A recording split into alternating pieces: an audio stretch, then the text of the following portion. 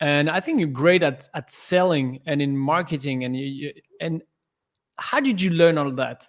What was your process to learn? Of course, books and Yeah. so on. But what I know you had mentors. Can you elaborate a little bit about that? Look, anytime I want to learn something, I love the apprenticeship model.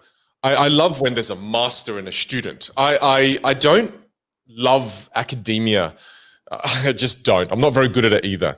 So anytime I want to learn something, I find a teacher who will teach me. But I don't like to engage in the traditional teacher. I mean the modern day teacher, where you see on social media everywhere now. Someone's gonna be your life coach or something like that. That's not what I'm interested in. I like to find someone who's a master of what they do, who's currently doing it exceptionally well, and then I become their friend.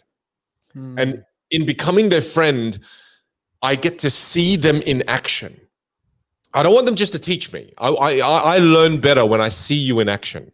So there's one of my early mentors, Matthew Mihilovich, who's become one of my best friends in my life.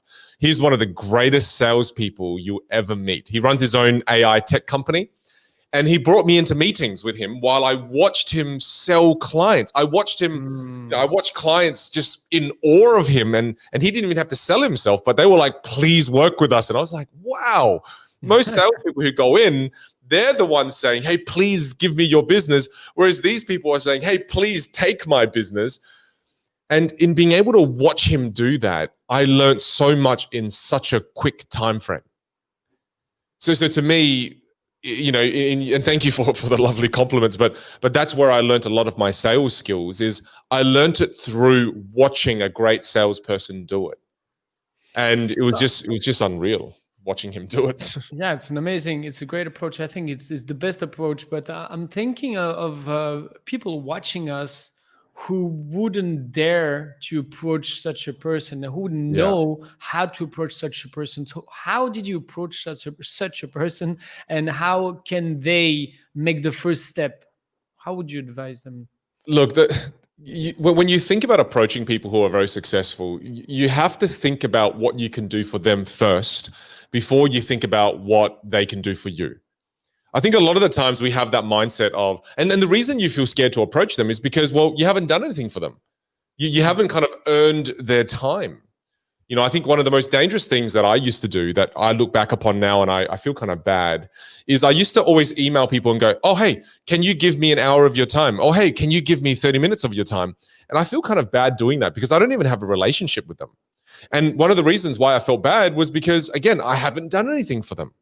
So now what I do is anytime I want to reach out to someone, and I've been able to meet some amazing people in my time in the US. And what I do is I research them online. I check their Instagram, I check their Facebook, I check their Twitter, and I see what are they trying to achieve right now in their life. And I try to do something that will help them along the way.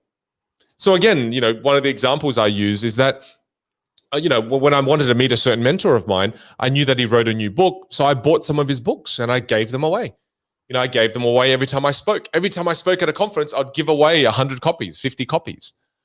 And soon when he found out about that, he was really impressed by it and wanted to spend time with me. So I think just think about what you can do for that person first. Give first, then ask. I think a lot of the times we ask first, then give. So I think being generous first is really important.